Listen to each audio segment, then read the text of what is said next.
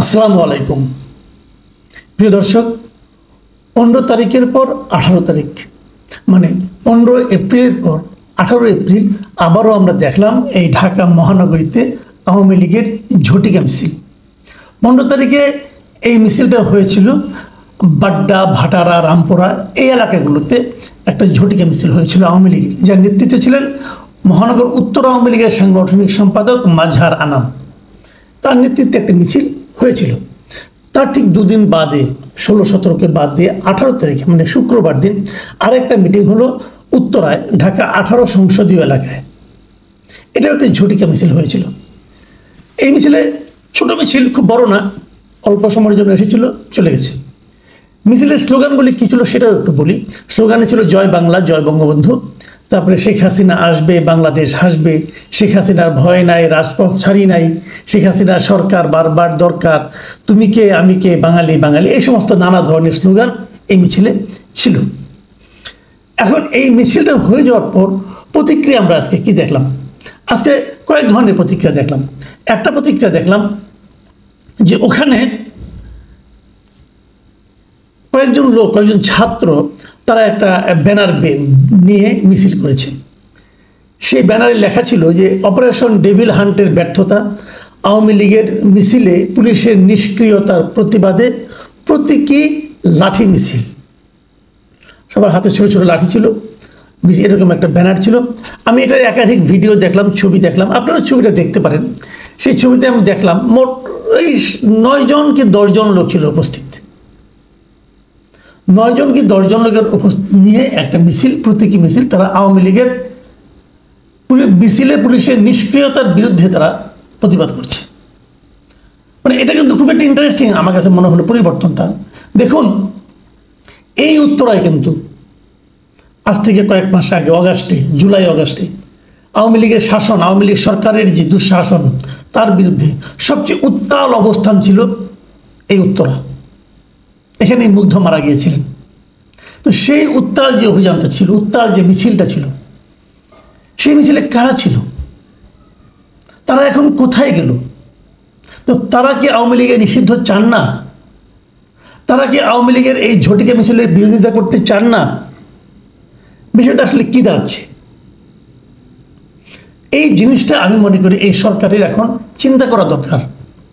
যাদের আন্দোলনের ফলে তারা এখন সরকারে বসেছেন, এই সরকার কি সেই সাধারণ মানুষের যে প্রত্যাশা, সেই প্রত্যাশা মেটাতে পারছেন? এটা হলো সবচেয়ে গুরুত্বপূর্ণ বিষয়। সাধারণ মানুষের প্রত্যাশাটা কি ছিল? সরকারে কে হবে, কে উপদেষ্টা হবে, কে উপদেষ্টার বিশেষ সহকারী হবে, কে সংবিধান সংশোধনের জন্য কাকে বিদেশ থেকে উড়িয়ে আনা হবে, কাকে, এগুলি সব মানুষের প্রত্যাশা ছিল না।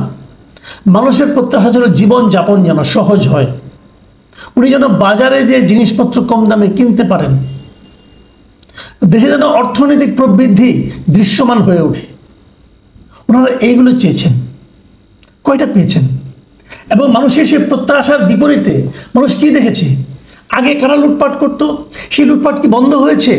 এখন কি লুটপাট হচ্ছে না? একটা ছেলে যে টেলিভিশনে বলেছে যে তাদের এলাকার সবচেয়ে দরিদ্র ঘরটা হলো তাদের, সেই ছেলে এখন 1.5-2 কোটি টাকা দামের গাড়ি চালায়, বিশাল অফিসে বসে। মানুষের কাছে এই পরিবর্তনগুলি কি মানুষকে আনন্দ দিচ্ছে? এবং দিচ্ছে না বলেই কিন্তু আজকে এই প্রত্যেকে লাঠি মিছিলের পেছনে এই উদ্যোক্তা 9 জন ছাড়া আর কেউ ছিল না। আমরা কদিন আগে কিন্তু একই জিনিস দেখেছিলাম যে বৈশাখী যে অনুষ্ঠান ছিল, সেখানে যে এই এনসিপির যে প্রোগ্রামটা ছিল, সেই প্রোগ্রামে কিন্তু দেখা গেছে যে 50-60 জনের বেশি লোক ছিল না সামনে, এবং তার মধ্যে অর্ধেকের বেশি ছিল সংবাদ সংগ্রহের জন্য নিয়োজিত ক্যামেরা পার্সন এবং রিপোর্টার। তাহলে বেলুন কি ফুটে গেল, চুপসে গেল? দেখুন, এরপর আমি আরেকটা প্রসঙ্গ তুলব সরকারের ভূমিকা নিয়ে।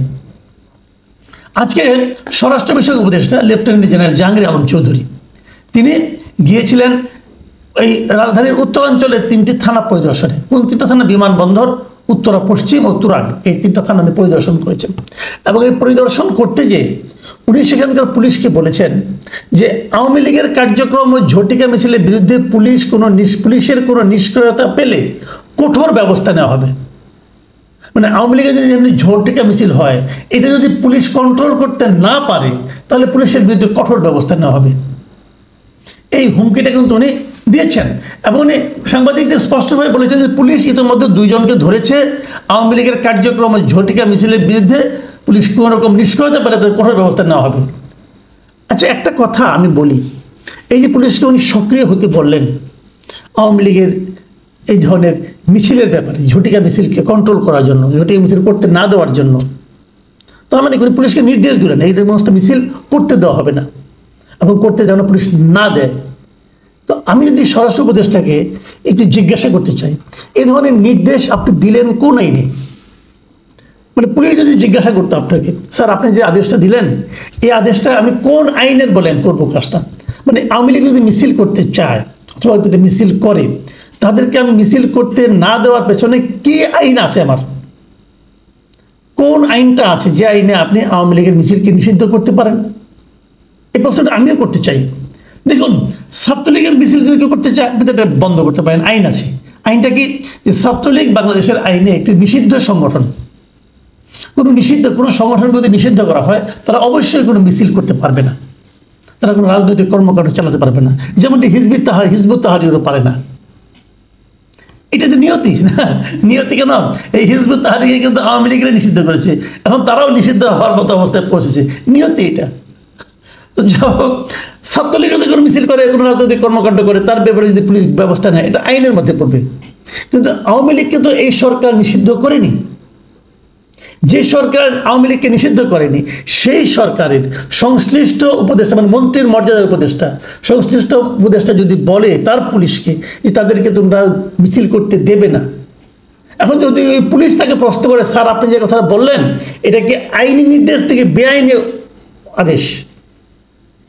কেন আমি আইনি এবং বেআইনের এই কথাটা তুললাম? আপনাদের একটু পেছনে নেব, আমি খুব বেশি দিন পেছনে না, এই সরকার দায়িত্বে আসার পরেই গত সেপ্টেম্বরে সম্ভবত সেপ্টেম্বরের দিকে উনি র্যাবের একটা মিটিংয়ে গিয়েছিলেন, যে সেখানে উনি বলেছিলেন ঊর্ধ্বতন কর্তৃপক্ষের বেআইনি আদেশ মানা যাবে না। এই মোহাম্মদ জাহাঙ্গীর আলম চৌধুরী উনি বলেছিলেন যে আপনার ঊর্ধ্বতন যদি আপনাদেরকে কোনো বেআইনি আদেশ করে আপনি সেটা মানবেন না, উনি বলেছিলেন। তাহলে এই আদেশটাকে আইনি আদেশ, উনি যেটা বললেন যে পুলিশকে আওয়ামী লীগকে মিছিল করতে দেবেন না, এটা কি কোনো আইনি আদেশ? কোন আইন বলেন তো আপনি আমাকে? একটা বৈধ রাজনৈতিক দল সে মিছিল করবে, তার রাজনৈতিক কর্মকাণ্ড পরিচালনা করবে, এটা তার সাংবিধানিক অধিকার। আপনি এটাকে কোন আইনের বলে করতে দেবেন না? এবং আপনার এই বেআইনি আদেশ যদি পুলিশ অমান্য করে, তাহলে আপনি বলেছেন যদি আমি কোনো বেআইনি আদেশ দিই সেটা মানার দরকার নাই, এটা তো পুলিশ তারা মানবে না। এখন আপনি বলবেন না আমি বলেছি মানতে হবে, কি কারণে মানতে হবে ভাই? এটা তো বেআইনি আদেশ। আবার দেখেন, উনি ওই র্যাবকে ওইবার তখন বলেছিলেন যে র্যাব সম্পর্কে বলেছিলেন যে সাধারণ মানুষের মনে বদ্ধমূল ধারণা এই যে যখন থেকে র্যাবকে রাজনৈতিক উদ্দেশ্যে ব্যবহার করা শুরু হয় তখন থেকে র্যাব গুম খুন সহ বিভিন্ন বেআইনি ও অপকর্মের সঙ্গে জড়িত হতে শুরু করে। এটা খুব দুর্দান্ত ভালো কথা, সঠিক কথা, যে কোনো এই ধরনের শৃঙ্খলা বাহিনীকে যদি আপনি রাজনৈতিক উদ্দেশ্যে ব্যবহার করেন তাহলে তারা কিন্তু ওই ব্যবহৃত হতে হতে তারা নানা ধরনের অপকর্মে জড়িয়ে যায়। তাহলে এখানে আওয়ামী লীগকে ঝটিকা মিছিল করতে দেব না, একটা বৈধ রাজনৈতিক দল আওয়ামী লীগ, তাকে আমি মিছিল করতে দেব না, এটা বলার মাধ্যমে স্বরাষ্ট্র উপদেষ্টাকে পুলিশকে রাজনৈতিক উদ্দেশ্যে ব্যবহার করছেন না? তাহলে অনৈতিক কাজটা তো উনিই শুরু করতেছেন। দেখুন, আওয়ামী লীগ নিষিদ্ধ করা উচিত কি উচিত না, আওয়ামী লীগের মিছিল করতে দেওয়া উচিত কি উচিত না, আওয়ামী লীগ রাজনীতি দেশে করতে পারবে কি পারবে না, আওয়ামী লীগের লোকদেরকে আমরা কতটুকু ঘৃণা করব, এই সবগুলি নিয়ে কিন্তু আলোচনা চলতে পারে, আমি এই আলোচনাতে কোনো আপত্তি দেখি না। কিন্তু আমার কথা হলো যে আপনি ততটুকুই করতে পারবেন, পুলিশ ততটুকুই আওয়ামী লীগের প্রতি আচরণ করতে পারবে যতটুকু তাকে আইন কভার করে। পুলিশ তো আইন শৃঙ্খলা রক্ষাকারী বাহিনী না, তারা তো বেআইনি কাজ তাদের করা উচিত হবে না। এখন যদি খোদ স্বরাষ্ট্র মন্ত্রণালয়ের উপদেষ্টা বলে তাকে বেআইনি কাজ করতে, তাহলে সে কী করবে? এখন আইন তো সরকারই তৈরি করে, তো আপনারা একটা আইন তৈরি করে নেন, আমার কোনো আপত্তি নাই, যদি পারেন একটা আইন তৈরি করে নেন যে আমরা আওয়ামী লীগকে নিষিদ্ধ করে দিলাম, করেন না ভাই, আমার কোনো আপত্তি নেই, একটা আইন তৈরি করেন এবং সেই আইন তৈরি করে আপনি বলেন যে এই আইন যে না মানবে তার বিরুদ্ধে আমি ব্যবস্থা নেব। তাহলে একটা আইন, এটা হবে একটা আইনি নির্দেশ। কিন্তু আপনি তো বেআইনি নির্দেশ দিচ্ছেন, যেটা আইনে নাই আপনি সেই নির্দেশ দিচ্ছেন। জাহাঙ্গীর সাহেব, আপনাকে তো আইনটা একটু বুঝতে হবে, আইনটা পড়েন। আপনার নির্দেশটা কি আইনি নির্দেশ হলো? ঠিক এই জায়গাটা মাথায় রাখতে হবে, সরকারকে মাথায় রাখতে হবে। কিন্তু মাথায় রাখতে হবে কেন কেন ছাত্রদের ওই প্রতীকী লাঠি মিছিলে মাত্র 9 জন লোক থাকে, সরকারকে বুঝতে হবে। এই জিনিসটা কিন্তু আওয়ামী লীগ সরকার বোঝে নাই যে কেন। এই যে আমার মনে আছে, স্পষ্ট মনে আছে, যখন মুক্তিযুদ্ধের সন্তানদের কোটা, পশুদের কোটা বাতিল হলো, তখন তার কিছুদিন আগে আমি দেখেছিলাম এই শাহবাগে মুক্তিযুদ্ধের প্রজন্ম লীগ নামে কি একটা প্রতিষ্ঠান ছিল, এরা একটা মিছিল করছিল কোটার পক্ষে। সেখানে লোক ছিল 20-22 জন। তো সরকার কিন্তু 20-22 জনের পক্ষে গেছিল। ফলটা কি হয়েছে সরকার নিশ্চয়ই টের পেয়েছেন, সরকারের পতন হয়েছে। কিন্তু সংখ্যাগরিষ্ঠের পক্ষে আপনাকে থাকতে হবে। আপনারা যাদের পক্ষে এখন আছেন ওখানে মাত্র 9 জন থাকে। আর তাদের যে মূল দল, তাদের যে মূল অনুষ্ঠান, একটা আয়োজন করা অনুষ্ঠান, অনেক দিনের মানে ঘোষিত অনুষ্ঠান, সেই অনুষ্ঠানে সাংবাদিক সহ থেকে 60 জন। আপনাদের বুঝতে হবে পায়ের নিচের মাটি এখন ধীরে ধীরে সরে যাচ্ছে। এটাও বুঝতে হবে কেন সরে যাচ্ছে। আপনারা মানুষের প্রত্যাশা মেটালে এগুলি কোনো ইস্যুই হতো না। তখন পুলিশকে আরো অর্ডার দিতে হতো না, মানুষই এদেরকে প্রতিহত করত। কিন্তু সেইটা আপনার মানুষের প্রত্যাশা যখন মেটাতে না পারবেন তখন এরকম হতে থাকবে।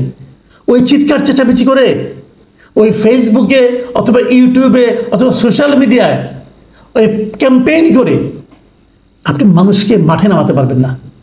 যতক্ষণ পর্যন্ত মানুষ মাঠে না নামবে ততক্ষণ পর্যন্ত আপনাদের এই সমস্ত বেআইনি আদেশ আর পালিত হবে না।